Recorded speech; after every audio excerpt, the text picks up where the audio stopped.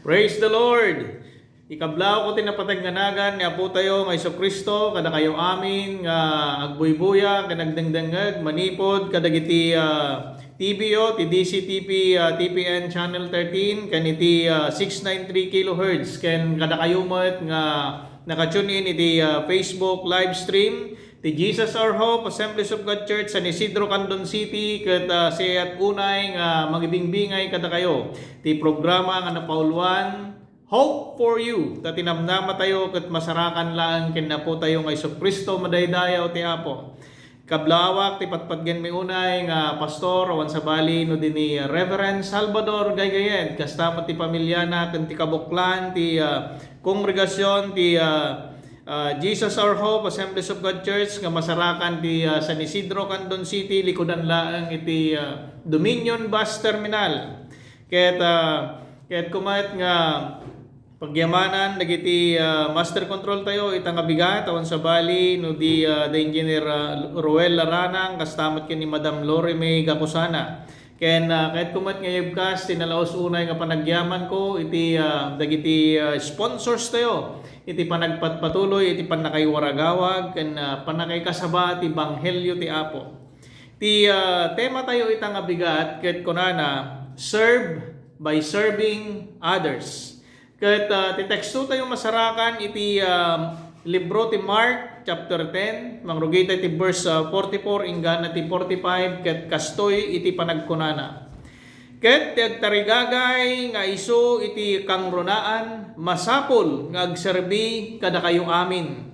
Tauray ti anak ti tao saan ngay may nga pagserbian. No diket tapno agserbi ken yawat na ti biag na nga pangsubot kadagiti adu nga tattao bendisyonan ko man ni Apo Dios dagiti sasauna. Nailangitan nga Dios sa mami nga nasantuan Apo madaydayaw ka tantanok ko tinapatag-unay nga nagan mo tigundaway manen ngenten mo kanya salonat ken pigsa. Apo Dios awan ti sabali nga kumamangak na dilaeng sika ta sika tinagtaudan amin nga adda kanya. Awan ti mabalin ko nga aramiden o Dios no awan ti panangidalan mo kanya ken ti Santong Espiritu. Dawatek nga rod nga pulutan nak tapno ti kasta ket makapagsawak kadagiti banbanag nga makainspirar iti panagtultuloy nga agserbi ken nagdaydayaw ken ka dagiti amin nga makipagpaset iti daytoy nga serbisyo iti tangatang. Bendisyonam amin nga makipagpaset iti daytoy Apo nga serbisyo. I-commit mi amin ken ka di daytoy nga ramiden mi ken Kristo Jesus nga po mi. Amen. Patpatgek nga kakabsat ken gagayem ita nga panawen wenno daytoy nga tiempo ket umay manen iti umasideg nga panagpipili kadagiti opisyales iti barbarangay adumanen dagiti ngayangay nga papili nga mayat nga agserbi ngayon san tayo nga amon anyamat iti napintas nga panggapda iti panagnayangay da nga agserbi. Ado dagiti karida nga ibagada tapno laeng maguyugoy da dagiti tattao nga mangpili kadakwada. Ket dagiti dadduma napintas met dagiti kayatda wenno panggapda nga aramiden kadagiti tattao ken kadagiti barangay da. Ammoy kakabsat at damat tinasayaat nga isuro tinasantuan nga surat may papan iti panagserbi para kadagiti tattao tapno matungpal mo dagiti bilbilin ken pagayatan ti Dios. Uray nga tano baknang mo mat amin nga baknang no awan iti panagbuteng mo ken ni Apo Dios. Adu iti maaramid mo nga kamali iti panagbiag mo. Well, tinapintas nga ramidem ket ikamang mo iti panggep mo ken ni Apo Dios tapno iti kasta ket makapagserbi ka nga naimbag kadagiti padam nga tattao. Ita nga bigat mangibingayak iti tallulaeng nga banbanag nga sapay la kuma dagitoy ket makatulong ken ka. Wenno makatulong kada tayo iti panagtultuloy tayong agserbi ken nagdaydayaw ken ni Apo Dios. Number 1 kunana God designed us to serve. Inaramid na tayo ti Dios nga agserbi.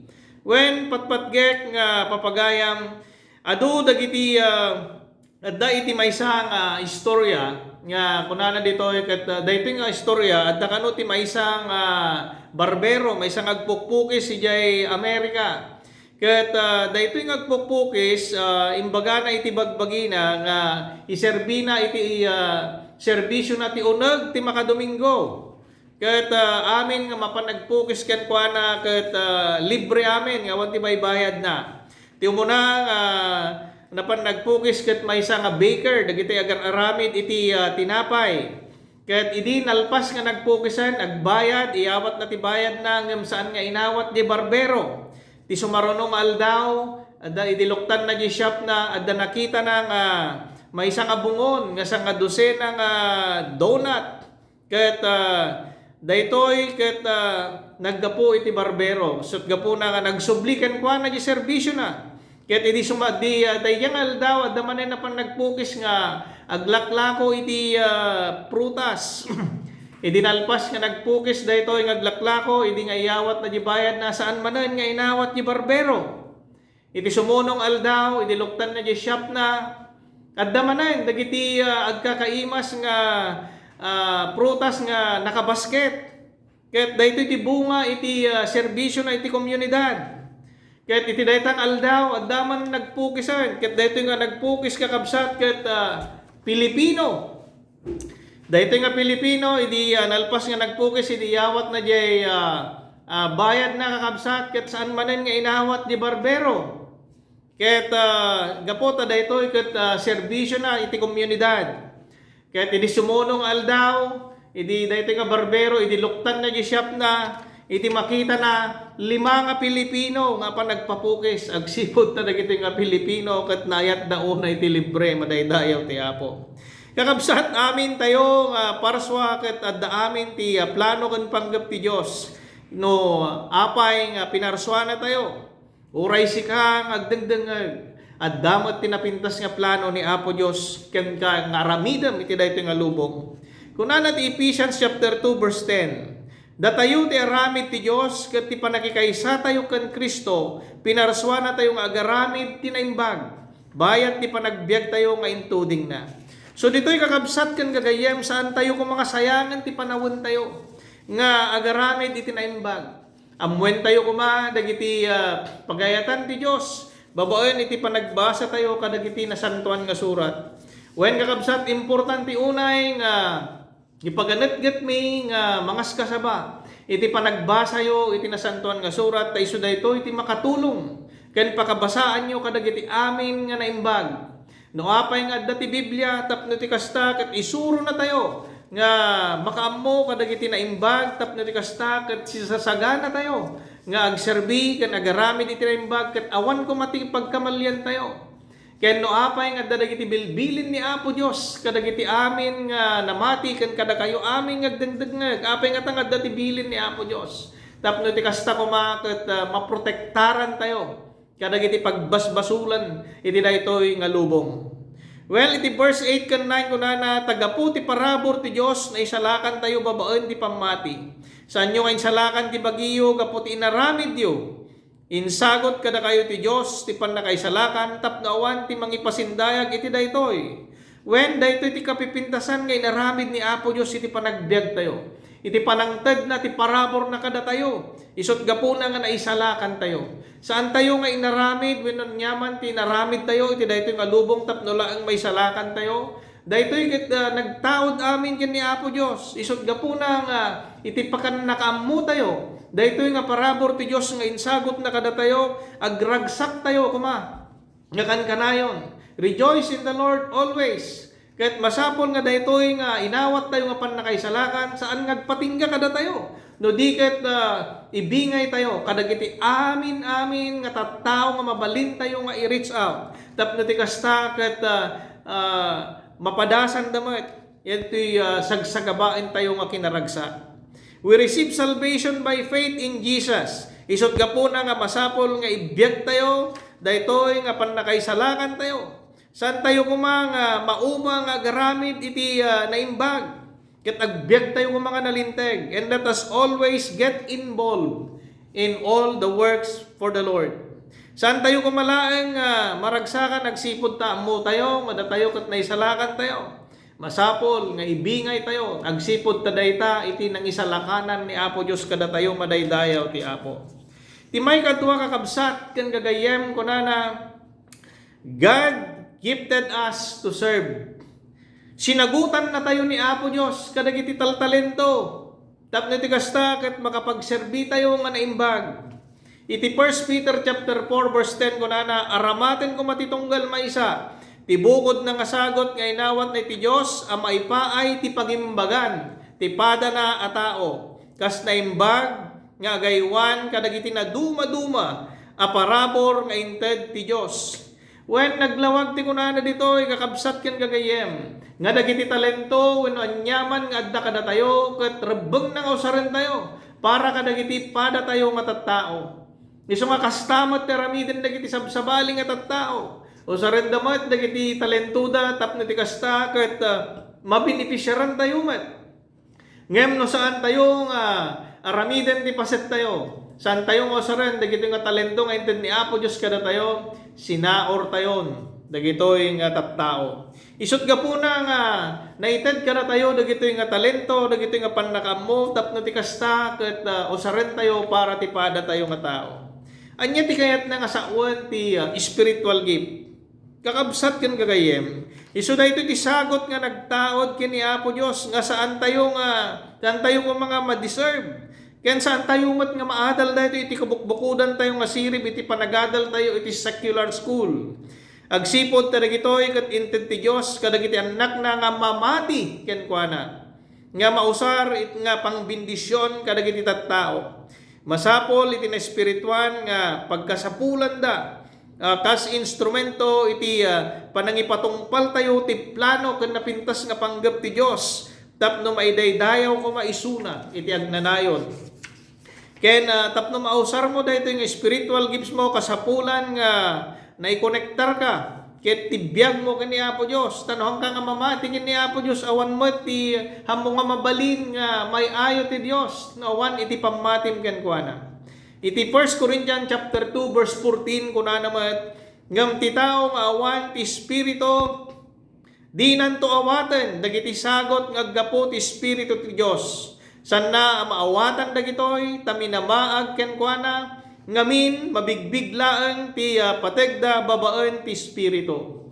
When kakabsat nya no nasiputan tayo nga naimbag daytoy dagiti na espirituan nga sagsagot ket para kadagiti tattao nga mamati laeng ken ni Apo Dios. Dagiti tattao nga agdependeda iti sarili da wenno bukod da nga kinasirib na inlubungan nga kinasirib ibilang da nga dagitoy nga banbanag ket minamaag ti lubong. We are blessed by God to serve others and this should be vice versa. Then tapno ti kasta ket matungpal tayo daytoy nga plano ti Dios. Isu nga kasapulan iti panagmaymaysa tayo iti uneg iti iglesia wenno ti kongregasyon.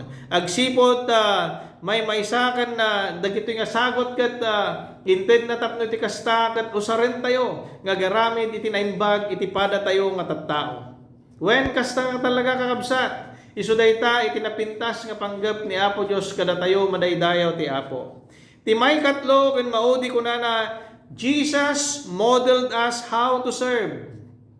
Impakita ni Apo Dios kada tayo no kasano iti pudpudno nga panagserbi. When kakabsat ken gagayem kunana ni Apo Jesus kadagiti adalan na umay kayo suruten da ket imatangan nyo nonyaman ti aramidek ta isumet tituladen nyo. Iti Matthew chapter 14 verse 14 kunana dimsaag ni Jesus iti bangka iti makita na dagiti adu nga tattao nasyan kadakwada ket inagasan na dagiti masakit da nasyan ni Apo Jesus iti pagkasapulan dagiti tattao.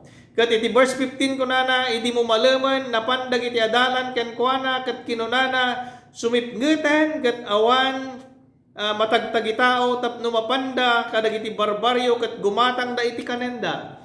Ditoy kakabsat ket maysa nga sitwasyon nga maimatangan tayo nga dagiti tattao nga simmurot ken kuana ket nagbisiket awanen iti kanenda ket dagiti apostoles kinunada pay ken ni Apo Dios ket pagawido mon Apo ngem semken ti asin ni Jesus ket kinunana kadakwada ing kayo agbirok iti adda Ket iti adda kadagiti nga panawen ket addalang ti lima nga tinapay ken duwa nga ikan. Ket timmangad ni Jesus nagkararag ket immado jay tinapay ken ikan ket inted na kadagiti apostoles na sadamot inwaras kadagiti tattao. Kakabsat ken gagayem. Makita tayo ditoy ti proseso nga kayat nga aramiden ni Apo Dios kada tayo. We sometimes serve as distributors of the blessings that directly comes from the Lord. Agbalin tayong distributor tani Apo Dios ket isuna iti manufacturer. And we are His distributor. Ited na kada tayo dahil nga bendisyon tapno ti kasta ket iwaras tayo kadagiti tattao. No minsan kakabsat ket saan tayo nga kayat iti maisturbo ngamin iti panagbiag tayo, we are sometimes in our comfort zone isut gapuna nga no minsan ket kayat tayo ti agyan lang iti lugar nga komportable tayo.